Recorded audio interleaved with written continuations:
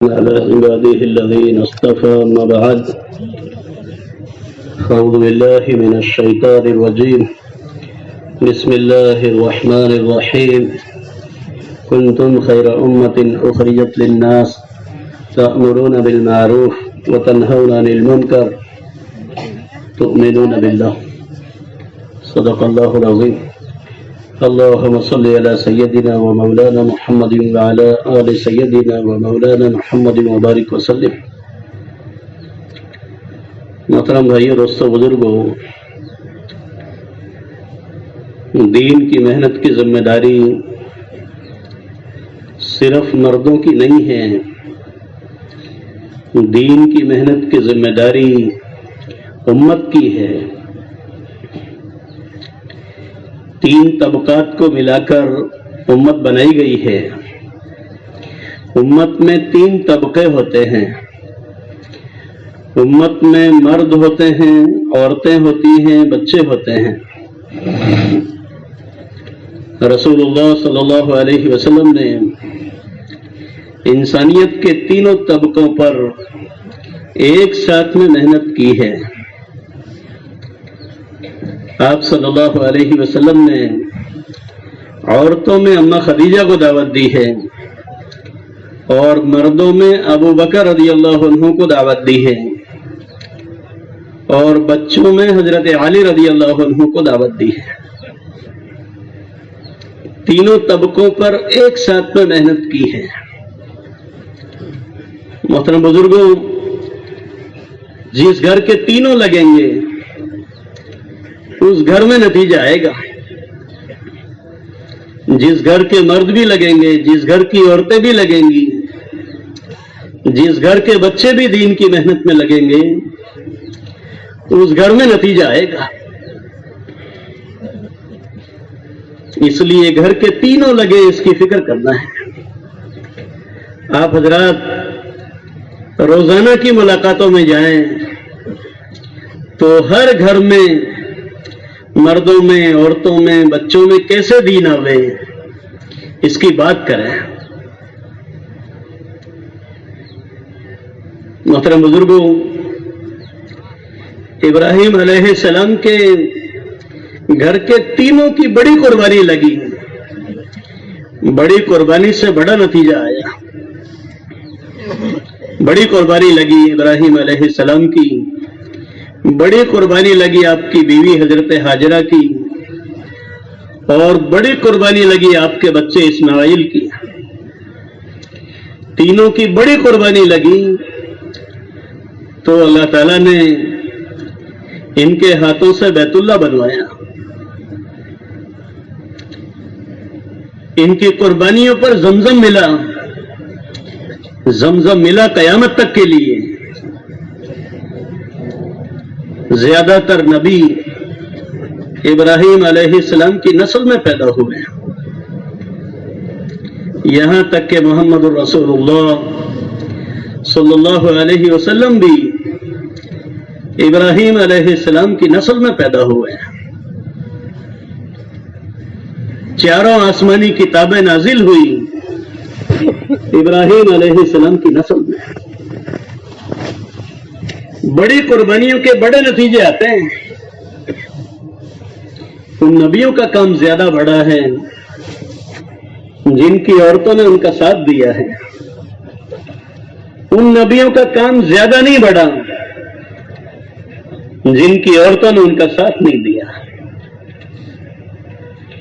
دو نبی ایسے گزرے ہیں جن کی اولادیں جہنم میں جائیں گی، جس کی وجہ یہ ہے کہ ان کی بیوی نافرمان ہے. نوح علیہ السلام اور لوط علیہ السلام کی اولاد جہنم میں اس لیے جائے گی کیونکہ ان کی بیوی نافرمان ہے. محترم بزرگوں، مرد بنتا ہے تو فرد بنتا ہے، خاتون بنتی ہے خاندان بنتا ہے. ایک عورت کی زندگی میں جب اللہ کا دین آتا ہے تو خاندانوں میں اللہ کا دین آتا ہے. کیونکہ ماں کی گود یہ بچے کا سب سے پہلا مدرسہ ہے. جتنے اللہ والے گزرے ہیں ان سب کی تربیت کی محنتوں میں ان کی ماؤں کا ہاتھ ہے.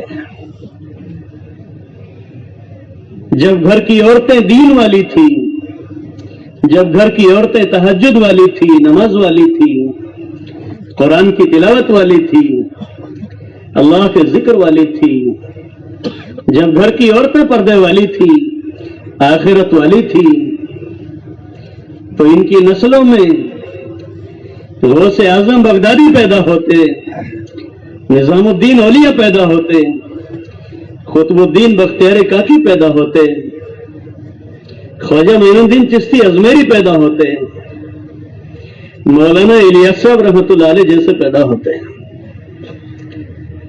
آج وہ مائیں کہاں چلی گئی جن کی نسلوں سے ایسے پیدا ہوتے تھے؟ مولانا الیاس صاحب رحمۃ اللہ علیہ کی ماں روزانہ 40 سپارے پڑھا کرتی تھی. اللہ نے اس ماں کو کیسا بیٹا دیا؟ اللہ نے اس ماں کو ایسا بیٹا دیا.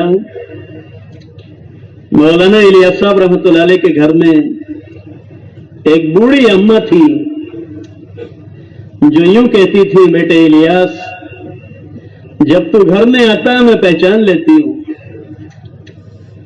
پوچھتے اماں کیسے پہچانتی ہے؟ تو فرماتی، بیٹا تیرے اندر میں صحابہ کی خوشبو آتی ہے. یوں فرماتی، بیٹا تیرے ساتھ میں مجھے صحابہ کی صورتیں چلتی پھرتی نظر آتی ہیں. اللہ رب العزت نے وہ محنت مولانا الیاس صاحب رحمۃ اللہ علیہ سے شروع کروائی جس محنت کو امت بھول گئی تھی اور بھولنے کو بھی بھول گئی تھی. اس بات کو بھی بھول گئے تھے کہ ہم کسی محنت کو بھول گئے. مولانا الیاس صاحب فرماتے تھے، مجھے کھوئی ہوئی چیز ملی ہے اور کھوئی ہوئی چیز امانت ہوتی ہے، اگلوں تک پہنچانی ہوتی ہے. تو یہ دعوت کی محنت یہ امت کی امانت ہے، اس امانت کو امت تک پہنچانا ہے. تو محترم بزرگوں، اس گھرانے سے اللہ رب العزت نے جو اتنا بڑا کام لیا ہے، یہ اس گھرانے کی زیادہ قربانیاں عورتوں کی ہیں. رسول اللہ صلی اللہ علیہ وسلم کو سب سے پہلے تسلی دینے والی آپ کی بیوی ہے. جب آپ صلی اللہ علیہ وسلم پر نبوت کا بوجھ ڈالا گیا، جب آپ پر یہ بوجھ ڈالا گیا کہ آپ کو سارے عالم کا نبی بنایا گیا اور قیامت تک کے آنے والے انسانوں کا نبی بنایا گیا، سارے عالم میں اللہ کا دین آوے اور قیامت تک کے انسانوں میں اللہ کا دین آوے، یہ بوجھ محمد رسول اللہ صلی اللہ علیہ وسلم پر ڈالا گیا. جب آپ پر یہ بوجھ ڈالا گیا تو آپ گھبرائے ہوئے اپنے گھر میں آئے. جب آدمی کو کوئی گھبراہٹ ہوتی ہے، کوئی بے چینی ہوتی ہے، کوئی غم ہوتا ہے، کوئی صدمہ ہوتا ہے، تو سب سے زیادہ ان کو تسلی دینے والی ان کی بیوی ہوتی ہے. اس لیے حضور صلی اللہ علیہ وسلم اس گھبراہٹ میں آپ اپنے خاندان والوں کے پاس میں نہیں گئے، آپ اپنے چچا کے پاس میں نہیں گئے. اس گھبراہٹ میں آپ صلی اللہ علیہ وسلم اپنی بیوی حضرت خدیجہ رضی اللہ عنہا کے پاس میں آئے اور آپ نے فرمایا، خدیجہ مجھے اڑا دو، مجھے اپنی جان کے نکل جانے کا اندیشہ ہے. اما خدیجہ نے آپ کو تسلی دی کہ آپ سچے ہیں، آپ امانت دار ہیں، آپ غریبوں کی، یتیموں کی، کمزوروں کی مدد کرنے والے ہیں، آپ پریشان حال لوگوں کو ڈھارس بندھانے والے ہیں، آپ کے رب آپ کو ضائع نہیں کریں گے۔ یہ پہلی تسلی دینے والی آپ صلی اللہ علیہ وسلم کو آپ کی بیوی ہے۔ پہلا گشت اماں خدیجہ نے کروایا، پہلا گشت کروایا آپ صلی اللہ علیہ وسلم کو اپنے چچا جاد بھائی ورقہ ابن نوفل کے پاس میں لے کر کے گئی۔ ورقہ ابن نوفل پچھلی کتابوں کے بڑے عالم تھے، انہوں نے اپنی پچھلی کتابوں کے اندر پڑھ رکھا تھا آخر جمع نبی کی نشانیوں کو۔ دیکھتے ہی فرمایا خدیجہ خوش ہو جاؤ، تم آخری جمع نبی کی بیوی ہو۔ پھر ورقہ ابن نوفل نے یوں کہا کاش میں اس وقت تک زندہ رہتا جس دن آپ کی قوم آپ کو وطن سے نکالے گی۔ آپ صلی اللہ علیہ وسلم نے تعجب کیا، اتنے محبت کرنے والے، سچا کہنے والے، امانت دار کہنے والے، آپ سے فیصلے کروانے والے، کیا یہ مجھے مکہ سے نکال دیں گے؟ ورقہ ابن نوفل نے یوں کہا کہ کوئی بھی نبی ایسے نہیں گزرے جن کو ان کی قوم نے وطن سے نہ نکالا ہو۔ ہر نبی کو وطن سے نکالا گیا ہے۔ آپ صلی اللہ علیہ وسلم نے فرمایا میں نے ورقہ ابن نوفل کو سفید لباس میں دیکھا ہے۔ سفید لباس جنت والوں کا لباس ہے، یعنی آپ نے فرمایا کہ میں نے ان کو جنت میں دیکھا ہے۔ تو محترم بزرگوں، سب سے پہلے آپ کو تسلی دینے والی وہ آپ کی بیوی ہے، پہلا گشت کروانے والی وہ آپ کی بیوی ہے، سب سے پہلے تبلیغ میں مال قربان کرنے والی وہ اماں خدیجہ رضی اللہ عنہا ہے۔ اماں خدیجہ رضی اللہ عنہا نے یوں عرض کیا یا رسول اللہ صلی اللہ علیہ وسلم لگاؤ میرے مال کو دعوت کے تقاضوں میں۔ اماں خدیجہ بہت بڑی تاجرہ اور بہت بڑی رئیسہ عورت تھی۔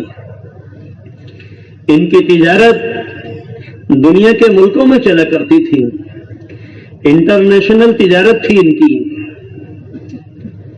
ملکوں سے مال آتا تھا، ملکوں میں مال جاتا تھا۔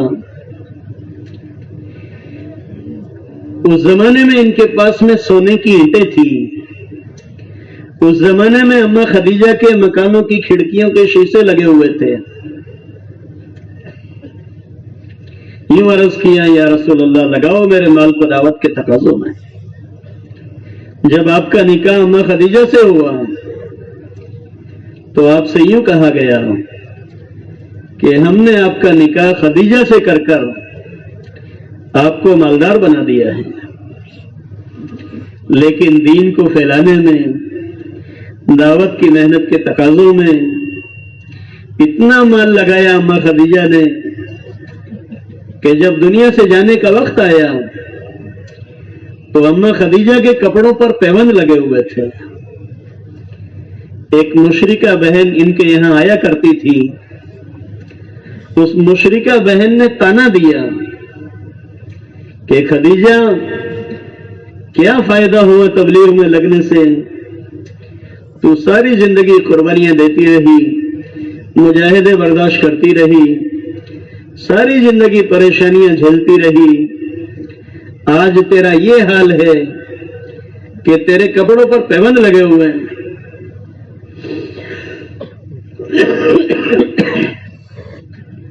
ساری زندگی اماں خدیجہ دعوت کا کام کرتی رہی، دنیا سے جاتے جاتے دعوت دیتی جا رہی ہے۔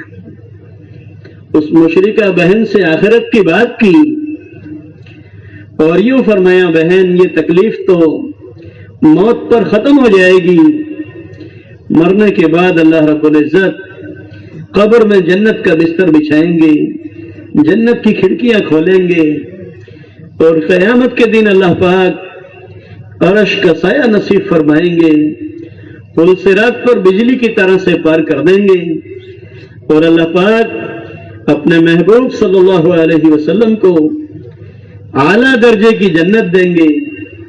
اس اعلیٰ درجے کی جنت میں اللہ اپنے محبوب کی بیوی بنا کر مجھے رکھیں گے۔ اس انداز میں اس بہن سے آخرت کی بات کی کہ وہ بہن ایمان میں داخل ہو گئی، دنیا سے جاتے جاتے دعوت کا کام کرتی کرتی جا رہی ہے۔ محترم بزرگوں، ہم بھی اپنے گھر کی عورتوں کو دعوت دینا سکھائیں، ہم بھی اپنے گھر کی عورتوں کو ایمان کی بات کرنا سکھائیں، آخرت کی بات کرنا سکھائیں۔ دین میں کامیابی کو ہمارے گھر کی عورتیں بھی بولیں، اللہ کو راضی کرنا کتنا ضروری ہے، یہ ایمان کی باتیں ہمارے گھر کی عورتیں بھی کریں۔ جس طرح سے صحابہ کی عورتیں دعوت دیا کرتی تھی، حضرت خنسہ رضی اللہ عنہ اپنے چاروں بیٹوں کو ایک ساتھ میں دعوت دے رہی ہیں۔ ایک تشکیل تو ہمارے زمانے کی ہے کہ بھئی اجتماع ہو رہا ہے تو ہر گھر میں سے ایک آدمی تو 4 مہینے میں جانا ہی چاہیے۔ یہ ہمارے زمانے کی بہت کمزور تشکیل ہے۔ یہ تشکیل صحابہ کے زمانے کی تشکیل نہیں ہے۔ صحابہ کے زمانے کی تشکیل یہ ہے کہ حضرت خنسہ رضی اللہ عنہ اپنے چاروں بیٹوں کی ایک ساتھ میں تشکیل کر رہی ہے، اپنے چاروں بیٹوں سے بات کر رہی ہیں، میرے بیٹوں، جس طرح سے تم ایک ماں کی اولاد ہو، اسی طرح سے خدا کی قسم تم ایک باپ کی اولاد ہو۔ نہ تو میں نے تمہارے باپ کی امانت میں خیانت کی ہے، نہ میں نے تمہارے ماموں کو رسوا کیا ہے، نہ میں نے تمہاری شرافت میں کوئی دھبا لگایا ہے۔ میرے بیٹوں، دنیا کی زندگی سے آخرت کی زندگی بہتر ہے۔ میرے بیٹوں، تمہیں معلوم ہونا چاہیے کہ دین کی محنت کے تقاضوں پر استعمال ہونے پر اللہ نے کتنے بڑے بڑے وعدے کیے۔ یہ ماں اپنے بیٹوں کو سمجھا رہی ہے کہ میرے بیٹوں، آج ہی کے دن کے لیے میں نے تمہیں دودھ پلایا ہے کہ تم بڑے ہو کر اللہ کے دین کی محنت کرو۔ یہ ماں اپنے چاروں بیٹوں کو ایک ساتھ اللہ کے راستے میں بھیج رہی ہے۔ ام سلیم رضی اللہ عنہ بیوہ ہو گئی۔ ابو طلحہ نے نکاح کا پیغام پہنچایا، آپ سے نکاح کرنا چاہتا ہوں۔ ام سلیم نے فوراً دعوت دی، ابو طلحہ، تمہارا اور میرا نکاح کیسے ہو سکتا ہے؟ میں ایک اللہ کو ماننے والی ہوں، تم سینکڑوں ہزاروں خداؤں کو ماننے والے ہو۔ اے ابو طلحہ، تمہاری حالت پر افسوس ہے، تم ایک درخت کو ہی معبود بنا لیتے ہو، تم ایک پتھر کو ہی معبود بنا لیتے ہو۔ ابو طلحہ، اگر تم سینکڑوں ہزاروں خداؤں کو چھوڑ کر ایک اللہ کو ماننے والے بن جاتے ہو تو میں تم سے نکاح کے لیے تیار ہوں، اور میرا مہر بھی تمہارا ایمان میں داخل ہونا ہی کافی ہے۔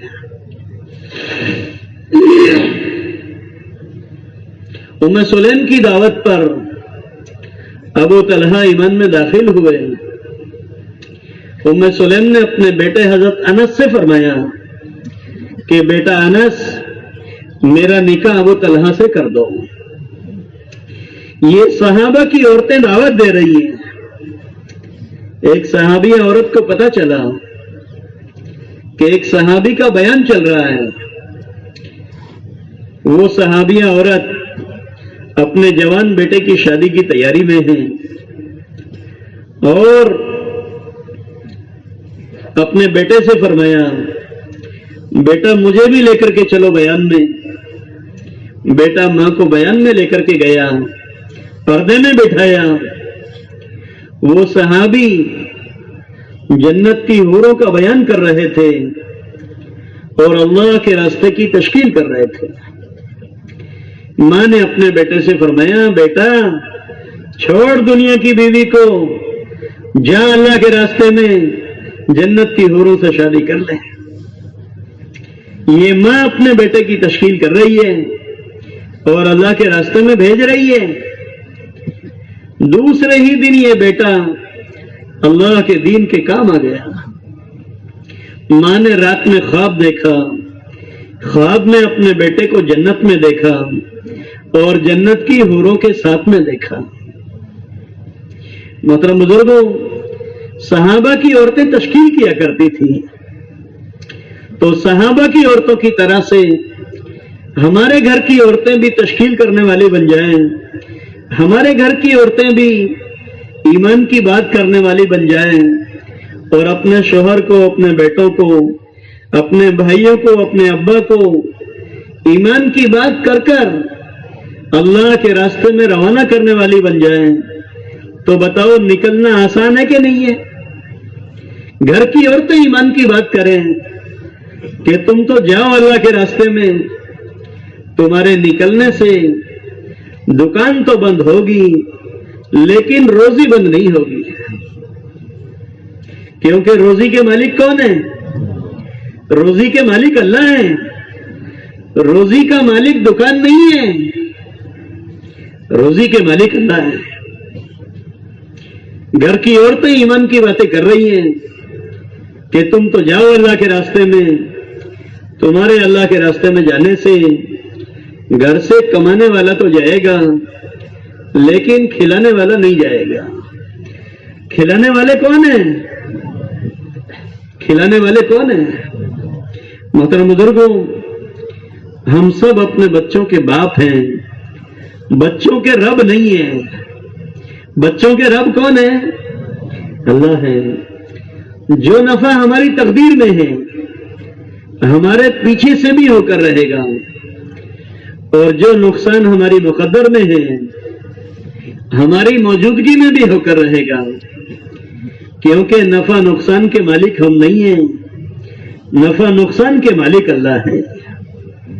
محترم بزرگوں, ایک دن تھا ہم اس گھر میں نہیں تھے, جب بھی یہ گھر چل رہا تھا, اور ایک دن آئے گا ہم اس گھر میں نہیں رہیں گے, پھر بھی یہ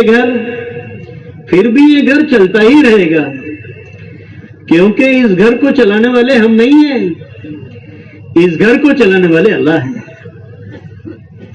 گھر کی عورتیں جب ایمان کی باتیں کریں گی تو آپ دیکھو گے کہ گھر کے چھوٹے چھوٹے بچے باہر بچوں میں جائیں گے کھیلنے کے لیے, تو بچوں میں جا کر ایمان کی باتیں کریں گے کہ میں نے اپنی والدہ سے سنا ہے, میں نے اپنی دادی اماں سے سنا ہے کہ یہ زمین اللہ نے بنائی ہے, یہ آسمان اللہ نے بنایا ہے, ہم سب کو اللہ ہی نے پیدا کیا ہے, ہم سب کو پالنے والے اللہ ہیں, کھلانے والے اللہ ہیں, پلانے والے اللہ ہیں, عزت کے دینے والے اللہ ہیں, ذلت سے بچانے والے اللہ ہیں, نفع کے پہنچانے والے اللہ ہیں, نقصان سے بچانے والے اللہ ہیں.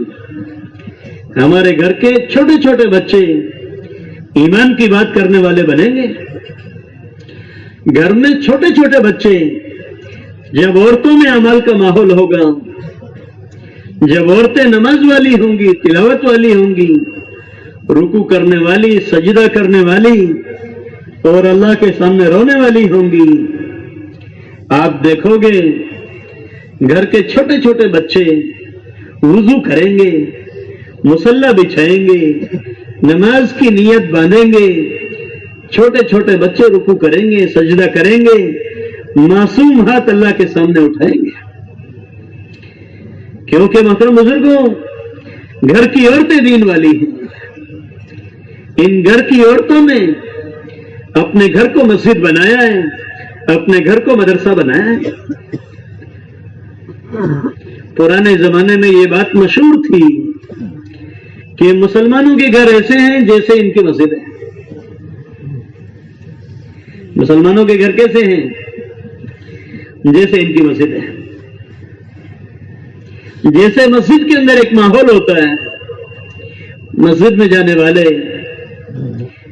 جاتے ہی ان کو خیال آتا ہے وضو کر لیتا ہوں، نوافل پڑھ لیتا ہوں، قرآن پڑھ لیتا ہوں، تسبیح پڑھ لیتا ہوں، دعا مانگ لیتا ہوں۔ ایسے ہی گھر کا ماحول بنے کہ گھر میں کوئی نماز پڑھ رہے ہیں، کوئی قرآن پڑھ رہے ہیں، کوئی اللہ کا ذکر کر رہے ہیں، کہیں سنتوں کا مذاکرہ ہو رہا ہے گھر میں، کہیں قرآن پاک کا سیکھنا سکھانا ہو رہا ہے۔ میوات میں ایک عورت نے اپنے گھر کو مسجد بنایا، اپنے گھر میں اعمال رسول صلی اللہ علیہ وسلم کا ماحول بنایا، اپنے گھر میں تہجد کا ماحول بنایا، تلاوت کا، دعاؤں کا، نمازوں کا ماحول بنایا۔ اس گھر میں اس عورت کے انتقال کا وقت قریب آیا تو نماز پڑھ رہی ہے، سجدے میں ہے اور دنیا سے جا رہی ہے۔ ایک عورت نے اپنے گھر کو سنیما تھیٹر کا نمونہ بنایا۔ گھر میں ٹی وی لگا ہوا ہے، ٹی وی کے اندر ایک کنجری کا ڈانس آ رہا ہے۔ جس طرح سے ٹی وی کے اندر وہ عورت ناچ رہی ہے، اسی طرح سے اس گھر کی وہ عورت ناچ رہی ہے اور اسی حال میں اس کی موت آ رہی ہے۔ حضرت عمر رضی اللہ عنہ فرماتے تھے جیسے جیو گے ویسے مرو گے، کیونکہ محترم بزرگوں، آدمی کے اندر کی جو فکر ہوتی ہے وہی اس کے دل کا یقین کہلاتا ہے۔ ہم سب سوچیں دن اور رات کی ہمارے اندر کی فکر کیا ہے، ہمارے اندر کا غم، ہمارے اندر کا صدمہ، رات دن کی دھن کیا ہے؟ رات دن کی فکر اللہ کا دین ہے یا دنیا ہے؟ حضرت جی فرماتے تھے خوش نصیب ہے اللہ کے وہ بندے جن سے خدا اپنے دین کا کام لے لے اور ان بندوں کے کاموں کی ذمہ داریاں اللہ اپنے ذمہ لے لے۔ اور حضرت فرماتے تھے بد نصیب ہے اللہ کے وہ بندے جن کو خدا دنیا کے حوالے کر دے، جن کی رات دن کی فکر صرف دنیا ہو، کہ یہ بد نصیب ہے۔ محترم بزرگوں، ہم سب کی فکر اللہ کا دین ہو جائے، اس کے لیے اپنے گھر کے اندر، اپنے گھر میں تعلیم شروع کریں، اپنے گھر کو مسجد بنانے کے لیے، اپنے گھر کو مدرسہ بنانے کے لیے، اپنے گھر کو اللہ کے ذکر کی جگہ بنانے کے لیے اپنے گھر میں تعلیم شروع کریں۔ تعلیم کا سب سے پہلا عمل قرآن کریم کے حلقے لگانا ہے۔ اپنے گھر میں قرآن پاک کے حلقے لگانا یہ اتنا پرانا عمل ہے۔ محترم بزرگوں، حضور اکرم صلی اللہ علیہ وسلم پر جب پہلی وحی نازل ہوئی تو سب سے پہلا اسلام کی تاریخ میں قرآن کا حلقہ آپ صلی اللہ علیہ وسلم نے اپنی بیوی کے ساتھ میں لگایا۔ ہم بھی اپنے گھر کے اندر قرآن پاک کا سیکھنا سکھانا کریں، اپنے گھر کی عورتوں کو، اپنے گھر کے بچوں کو کلمہ یاد کروائیں، اعوذ باللہ بسم اللہ یاد کروائیں، الحمد شریف یاد کروائیں، سورتیں یاد کروائیں، اتحیات دعائے قنوت یاد کروائیں۔ اور محترم بزرگوں، اپنے گھر میں قرآن پاک کا سیکھنا سکھانا کریں۔ اللہ کے نبی علیہ السلام نے فرمایا تم میں سب سے بہتر شخص وہ ہے جو قرآن کو سیکھے اور سکھائے۔ قرآن کی ایک آیت کا سیکھ لینا 100 رکعت نفل پڑھنے سے بہتر ہے۔ ایک آیت تو گھر کی تعلیم کا پہلا کام قرآن پاک کے حلقے لگانا ہے. اور محترم بزرگوں، 2 کتابیں ہر گھر میں ہونی چاہیے. ایک منتخب احادیث ہونی چاہیے، ایک فضائل اعمال میں فضائل صدقات کے ہونی چاہیے. اپنے گھر میں ایک دن منتخب کی تعلیم کرنا، ایک دن فضائل اعمال میں فضائل صدقات کے تعلیم کرنا. جب آپ اپنے گھر کی عورتوں کے ساتھ 3 دن کی جماعت میں جائیں، 10 دن میں جائیں، چلے میں جائیں، تو صبح میں عورتوں کو منتخب پڑھنا ہے، شام میں فضائل اعمال پڑھنا ہے، دوسرے دن صبح میں فضائل اعمال میں فضائل صدقات کے پڑھنا ہے، شام کو منتخب پڑھنا ہے. اسی طرح سے مردوں کو تعلیم کرنا ہے، اسی طرح سے عورتوں کو تعلیم کرنا ہے. تو اپنے گھر کی تعلیم میں ایک دن منتخب پڑھیں، ایک دن فضائل اعمال میں فضائل صدقات کے پڑھیں. وہاں یوسف صاحب رحمۃ اللہ علیہ حیات الصحابہ کی تعلیم کی اور تعلیم کے بعد گھر میں گئے اور گھر کی تعلیم کے لیے کتاب لے کر کے بیٹھ گئے. آپ کے گھر والوں نے عرض کیا، حضرت آپ ابھی جو مسجد میں تعلیم کر رہے تھے اس تعلیم کو ہم سارے گھر والے ہی سن رہے تھے، اب آپ دوبارہ تعلیم کے لیے بیٹھ گئے. تو حضرت جی نے فرمایا کہ وہ تعلیم میری مسجد کی تعلیم تھی، یہ تعلیم میرے گھر کی تعلیم ہے. محترم بزرگوں، گھر میں تعلیم ہوگی، تعلیم کی برکت سے گھر میں ایمان کی مجلسیں قائم ہوں گی، فرشتوں کا نزول ہوگا، رحمت کے فرشتے گھروں میں آئیں گے. محترم بزرگوں، جب گھروں میں رحمت والے اعمال زندہ ہوں گے تو گھروں میں رحمتیں آئیں گی، برکتیں آئیں گی، عزتوں کے محبتوں کے دروازے کھلیں گے، چین سکون اطمینان کی زندگی ملے گی. اللہ پاک گھروں سے بیماریوں کو نکالیں گے، مصیبتوں کو نکالیں گے، سرکش شیاطین کو نکالیں گے. اللہ ہماری دنیا بھی بھلی بنائیں گے اور موت کے وقت خوش ہونے والا نتیجہ دکھائیں گے. محترم بزرگوں، مومن کی موت اس کے لیے خوشی کا دن ہے، مومن کی موت اس کے لیے خوشی کا دن ہے. تو موت کے وقت اللہ پاک خوش ہونے والا نتیجہ دکھائیں گے. دین آئے گا، رحمتیں لائے گا، برکتیں لائے گا، دنیا اور آخرت کی کامیابیاں لائے گا. محترم بزرگوں، دین کے بغیر بے چینی ہوگی، غم ہوگا، صدمہ ہوگا، گھبراہٹ ہوگی، ذلتیں ہوں گی، پریشانیاں ہوں گی، آفتیں، بلائیں اور بیماریاں ہوں گی.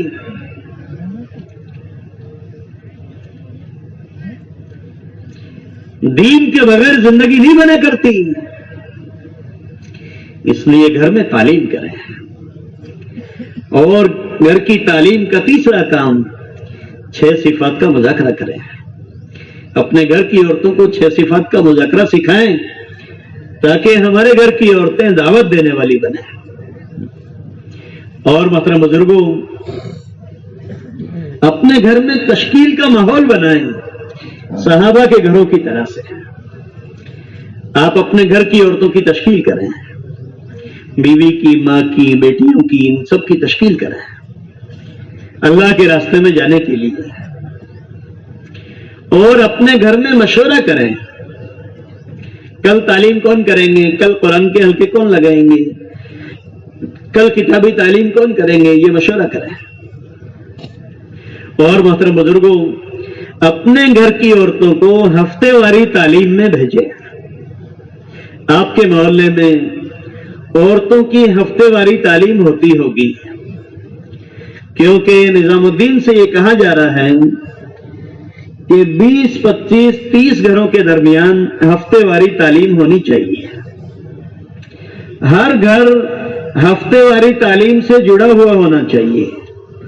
جس طرح سے ہر گھر موبائل کے ٹاور سے جڑا ہوا ہے، جس طرح سے ہر گھر بجلی کے پاور سے جڑا ہوا ہے اور پانی کے نل سے جڑا ہوا ہے اور ہر گھر گیس سلنڈر سے جڑا ہوا ہے، اسی طرح سے ہر گھر ہفتے واری تعلیم سے جڑا ہوا ہونا چاہیے. ہمارے گھر کی عورتیں ہفتے واری تعلیم میں جائیں تاکہ ان کو دین کی بات سننے کا اجتماعی ماحول ملے. اور محترم بزرگوں، آپ اپنے گھروں کے اندر عورتوں کے ساتھ جو جماعتیں آویں، ان مہمان عورتوں کو اپنے گھروں میں ٹھہراؤ. ان مہمان عورتوں کو اپنے گھروں میں ٹھہراؤ. جماعتوں کا اپنے گھروں میں ٹھہرانا اتنا بڑا رحمت کا، برکت کا، ہدایت کا ذریعہ ہے کہ حبشہ کے بادشاہ نے صحابہ کی جماعت کو ٹھہرایا. اس ٹھہرانے کی وجہ سے اللہ نے حبشہ کے بادشاہ کو ایمان دیا، اس ملک کو اللہ نے ایمان دیا. اللہ کے نبی صلی اللہ علیہ وسلم نے فرمایا کہ اللہ کے راستے میں رات گزارنا جنت کے باغوں میں رات گزارنا ہے. تو جس گھر میں جماعتیں ٹھہریں گی وہ گھر جنت کا باغ بن جائے گا کہ نہیں بن جائے گا؟ محترم بزرگوں، جماعتوں کو گھروں میں ٹھہرانے کے لیے سہولتیں نہیں دیکھنا کہ گھر بڑا ہونا چاہیے، گھر کے کھڑکی دروازے پیک ہونے چاہیے، اور پنکھے کولر لائٹیں ہونی چاہیے، اور انورٹر ہونا چاہیے، سہولتیں ہونی چاہیے. تو جماعتوں کو ٹھہرانے میں سہولتیں نہیں دیکھنا، جماعتوں کو ٹھہرانے میں تقاضا دیکھنا. محترم بزرگوں، سہولتوں سے تو کفر پھیلتا ہے، اس لیے سہولتیں نہیں دیکھنا. دین کا کام تو مجاہدے سے ہوتا ہے، اس لیے سہولتیں نہیں دیکھنا، تقاضا دیکھنا. تقاضا یہ ہے کہ اس گھر میں آج تک جماعت نہیں ٹھہری تو اس گھر میں جماعت ٹھہرانا ہے. صحابہ کے گھروں میں سہولتیں نہیں تھی، صحابہ کے گھر پکے نہیں تھے، کچے مکان تھے. حضرت عمر رضی اللہ عنہ نے اپنے زمانے خلافت تک مدینہ منورہ میں پکا مکان نہیں بننے دیا. حضرت عمر رضی اللہ عنہ کے زمانے میں کسی نے اینٹ پکائی تو حضرت عمر نے فرمایا کہ مجھے امید نہیں تھی کہ اس امت میں بھی کوئی فرعون پیدا ہو سکتا ہے، کیونکہ سب سے پہلے اینٹ پکانے والا فرعون تھا، سب سے اونچا محل بنانے والا فرعون تھا، جس نے اپنے وزیر حامان سے کہا کہ مجھے اتنا اونچا محل بنانا ہے کہ میں موسیٰ علیہ السلام کے خدا سے بات کروں. صحابہ نے کچے مکانوں میں جماعتوں کو ٹھہرایا ہے، کھڑکی دروازے نہیں تھے، کچے مکان تھے. صحابہ کے گھروں میں لائٹیں نہیں تھی، پنکھے نہیں تھے، کولر نہیں تھے، پانی کا کوئی خاص نظم نہیں تھا. پھر بھی حضور اکرم صلی اللہ علیہ وسلم آنے والی جماعتوں کی عورتوں کو صحابہ کے گھروں میں ٹھہراتے تھے اور آنے والے مہمان مردوں کو مسجد میں ٹھہراتے تھے. یہی سنت طریقہ آج بھی الحمدللہ مردوں کو مسجدوں میں ٹھہرایا جاتا ہے، عورتوں کو گھروں میں ٹھہرایا جاتا ہے. تو نئے نئے گھروں میں جماعتیں ٹھہراؤ، ایسے ایسے گھروں میں جماعت ٹھہراؤ جن گھروں میں اسلام دم توڑ رہا ہے، جن گھروں کے اندر اللہ کا نام نہیں لیا جاتا، جن گھروں میں نماز اعمال تلاوت کچھ نہیں ہے، ایسے گھروں میں جماعتیں ٹھہراؤ. ذمہ دار یوں بات کرتے ہیں کہ اس گھر کے مرد عورت جب دین کے کام میں لگ جائیں گے تو ہم اس گھر میں جماعتیں ٹھہرائیں گے.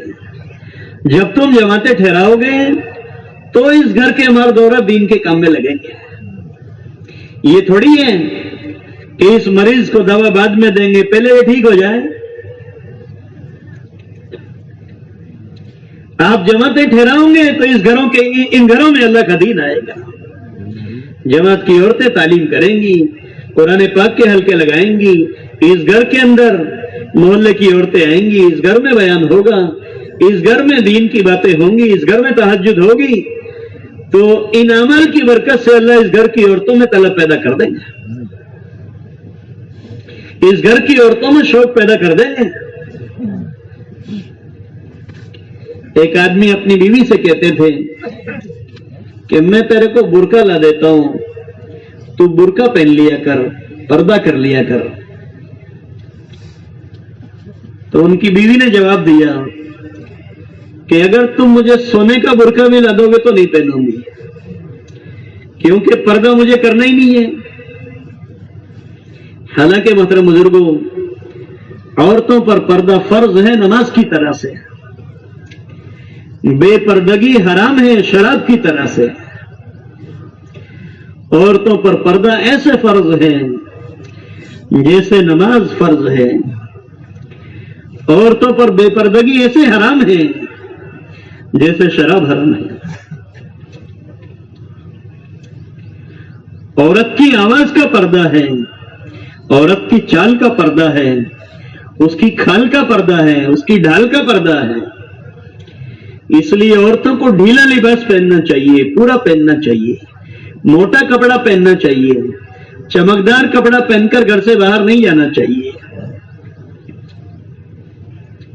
انہوں نے اپنی بیوی سے کہا تو بیوی نے یہ جواب دیا. محترم بزرگوں, زمانے میں کبھی ربانی لہریں چلا کرتی ہیں. جب ربانی لہریں چلتی ہیں تو ہزاروں لاکھوں کے بیڑے پار ہو جاتے ہیں. جماعتوں کا آنا اور اجتماعات کا ہونا ربانی لہر ہے. ان کے محلے میں ایک موقع آیا کہ عورتوں کے ساتھ جماعت آئی, تو انہوں نے اپنی بیوی سے کہا کہ فلاں علاقے کی عورتیں آئی ہیں, دیکھ کے آ جاؤ, مل کے آ جاؤ. دیکھنے کے ملنے کے بہانے سے لے کر کے گئے. اپنی بیوی کو جماعت کی عورتوں کے پاس میں چھوڑ دیا اور خود مسجد میں مردوں کے پاس میں آ گئے.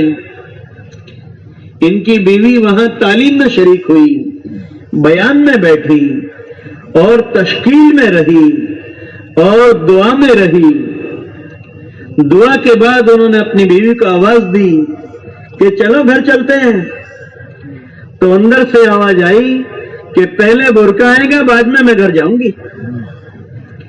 محترم بزرگوں, عورتوں کے دلوں کو اللہ نے نرم بنایا ہے, بات کو جلدی لے لیتی ہیں, ارادوں میں بہت پختگی ہوتی ہے. عورتوں کے ارادے بہت پختہ ہوتے ہیں.